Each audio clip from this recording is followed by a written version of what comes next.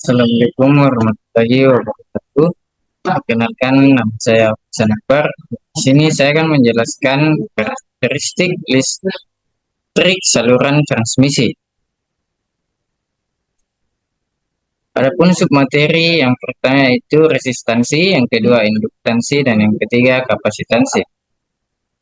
Pendahulunya yaitu saluran transmisi pada dasarnya merupakan rangkaian listrik yang memiliki konstanta terbagi sepanjang saluran. Terdiri dari resistansi, induktansi, dan kapasitansi. Konstanta atau parameter itu tidak terletak secara terkonsentrasi pada satu tempat, melainkan terbagi rata sepanjang saluran. Kinerja saluran transmisi tergantung banyak dari parameter-parameter itu. Pertama, resistansi. Resistansi, tiap konduktor listrik memberi perlawanan atau tahanan terhadap mengalirnya arus listrik dan hal ini dinamakan resistansi. Resistansi suatu konduktor dengan panjang I dan penampang A ditentukan dengan rumus berikut. R sama dengan PL per A dengan R sama dengan resistansi, I sama dengan panjang konduktor, dan A sama dengan penampang konduktor. Itu sebagai resistansi spesifik konduktor yang tergantung dari jenis bahan dan suhu. Resistansi contoh soal. Suatu kawat tembaga yang panjangnya 50 cm memiliki hambatan jenis 1,7 kali 10 pangkat min 8 ohm meter. Jika luas penampang kawat tersebut 1,5 kali 10 pangkat min 4. Tentukan resistansi kawat tembaga tersebut. Diketahui P sama dengan 1,7 kali 10 pangkat min 8 ohm meter. L sama dengan 50 cm, diubah menjadi meter, menjadi 0,5 meter. A sama dengan 1,5 kali 10 pangkat min 4 mili segi. Tanyakan R sama dengan, jawabannya yaitu gunakan rumus yang tadi. R sama dengan dalam kurung 1,7 kali 10 pangkat 8 dikali 0,5 bagi 1,5 kali 10 pangkat min 4. R sama dengan 0,567 kali 10 pangkat min 4. R sama dengan 5,57 kali 10 pangkat min 4 ohm. Resistansi. Bila mana dan merupakan resistansi spesifik suatu bahan pada dua suhu, maka berlaku P2 sama dengan P1 dalam fungsiku 1 tambah A theta dalam kurung T2 dikurang T1 dikurung siku, di mana P1 sama dengan resistansi spesifik pada suhu T1. P2 sama dengan resistansi spesifik pada suhu T2. Kateter sama dengan koefisien suhu material. Nilai koefisien suhu juga tidak konstan dan tergantung dari suhu awal.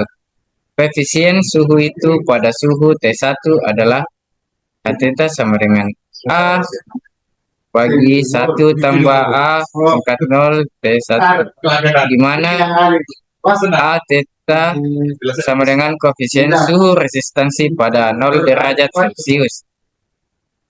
Karena pada umumnya kawat-kawat penghantar terdiri dari kawat pilin, maka sebagai faktor koreksi untuk memperhitungkan pengaruh dari pilin tersebut, panjang kawat dikalikan 1,02. Tahanan kawat berubah oleh temperatur dalam batas temperatur 100 Celcius sampai 1000 Celcius. Maka untuk kawat tembaga dan aluminium berlaku kesamaan di bawah, di mana RT2 sama dengan tahanan pada temperatur 2 dan RT1 sama dengan tahanan pada temperatur 1.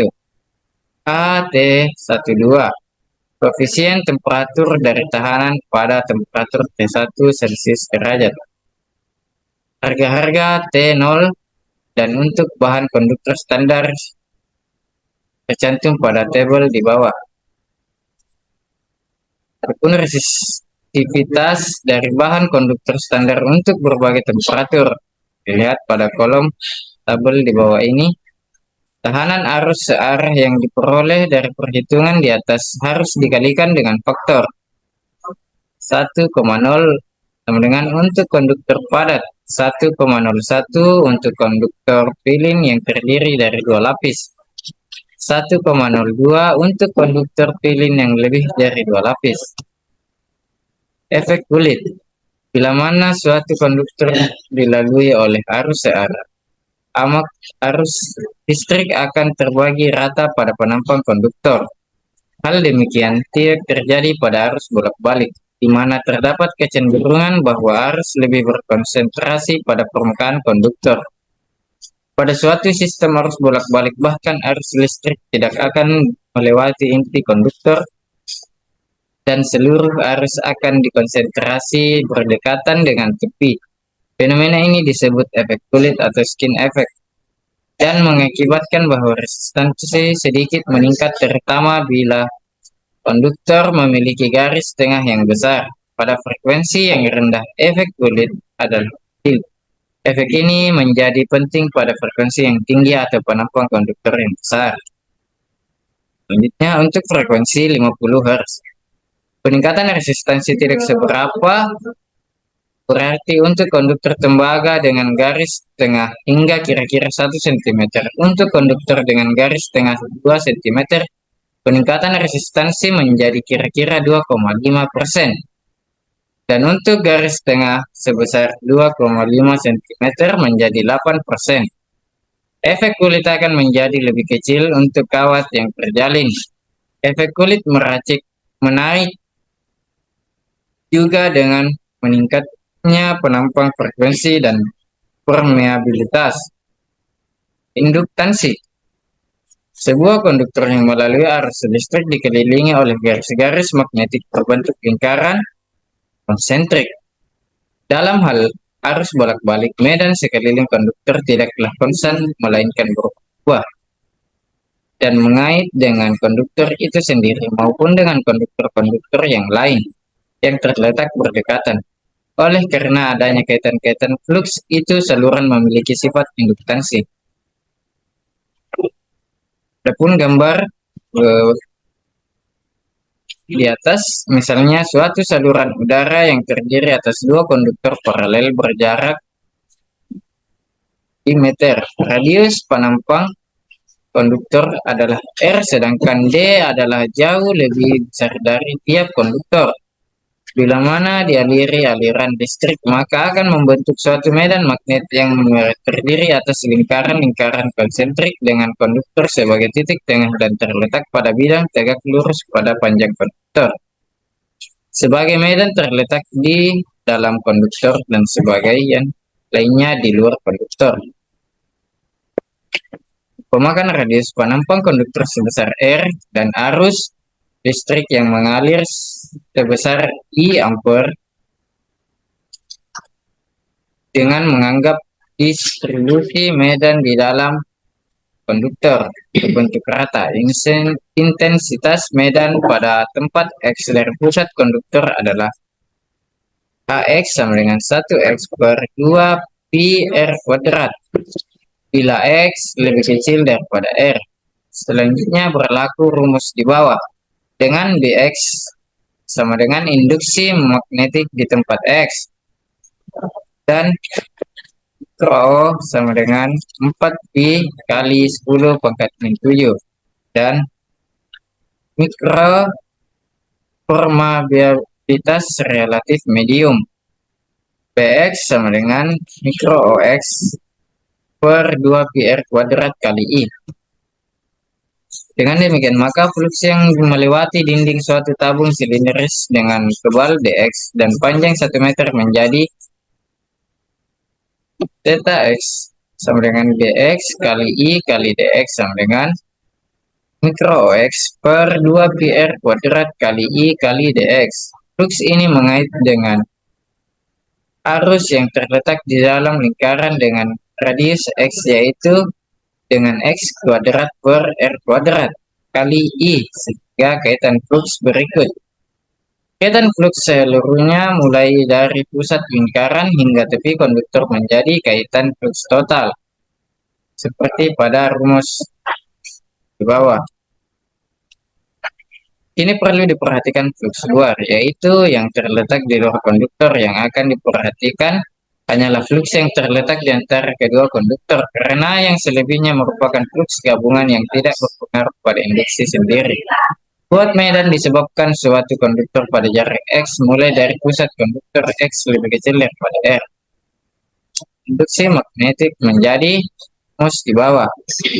Fluks yang melewati dinding suatu tabung silindris dengan tebal dx dan panjang 1 meter menjadi theta x sama dengan mikro OI per 2 Px kali dx.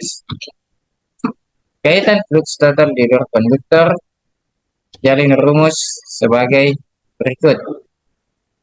Kaitan fluks keseluruhan, yaitu dari dalam maupun luar konduktor, menjadi rumus di bawah. Dengan demikian, maka kaitan fluks dari kedua konduktor menjadi rumus seperti pada rumus di bawah ini. Dan kaitan fluks total dari kedua konduktor bersama persatuan arus menjadi rumus seperti pada bawah, atau L sama dengan dalam kurung siku 1 tambah 4 E in dalam kurung D per R kurung tutup siku kali 10 pangkat min 7 kali H per M. Induktansi dari suatu saluran udara 3 faz yang terletak simetris sebagai segitiga sama sisi adalah sebagai berikut. Adapun pada induktansi saluran udara 3 faz, bagian A merupakan segitiga sama sisi dan bagian B segitiga sisi tidak sama. Dalam penurunan rumus-rumus induktansi dan reaktansi induktif dari suatu konduktor biasanya diabaikan dua faktor, yaitu efek kulit dan efek sekitar. Adapun contoh soalnya yaitu saluran transmisi 3 fasa, frekuensi tegangan 50 Hz, susunan penghantar terlihat pada gambar di bawah. Saluran transmisi menggunakan kawat penghantar padat dengan luas penampang 280 mm persegi. Hitung besarnya induktansi saluran tiap fasanya. Adapun rumus yang digunakan seperti luas penampang kawat penghantar. A sama dengan Pi R kuadrat, maka R sama dengan akar A per Pi. Induktansi saluran tiap fasa seperti pada rumus di bawah. Kapasitansi. Dua konduktor terletak terpisah oleh suatu medium isolasi merupakan suatu kapasitor. Dalam hal saluran udara, maka dua konduktor merupakan dua pelat sebuah kapasitor yang terpisah oleh udara. Kapasitansi saluran transmisi terbesar sepanjang saluran. Kapasitansi ini terbagi rata sepanjang saluran udara dan dapat dianggap sebagai suatu deretan sejumlah kapasitor sepanjang saluran. Bila pada saluran udara itu dipasang suatu tegangan bolak-balik, maka akan mengalir suatu arus kapasitansi I sebagai yang terlihat pada gambar di bawah ini. Adapun besar arus muatan kapasitansi adalah I sama dengan 2 Pi F CV, di mana I arus muatan kapasitansi, F frekuensi, C besar kapasitansi, dan V tegangan. Adapun gambar di atas, misalnya suatu saluran udara satu faz dengan dua konduktor yang masing-masing memiliki radius R bagaimana yang terlihat pada gambar. Jarak antara dua konduktor dianggap jauh lebih besar dari radius R, bila mana konduktor A memiliki muatan plus V parameter panjang. Konduktor B memiliki kuatan negatif V parameter panjang. Umpamakan pada titik P yang terletak sejauh X meter dari konduktor A.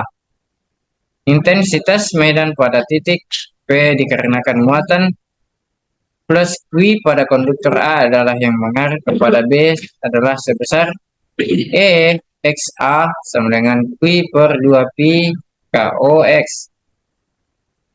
Intensitas medan pada titik P yang disebabkan muatan pada konduktor B adalah sebesar, dan resultan intensitas medan pada titik P dengan demikian menjadi pada rumus di bawah. Kapasitansi didefinisikan sebagai C sama dengan Q per V, sehingga didapatkan C sama dengan Q per 2 Pi KO. E in D kurang R per R. Karena R jauh lebih kecil dari D, maka dapat ditulis C sama dengan Pi K0 per E in dalam kurung D per R, farad per meter.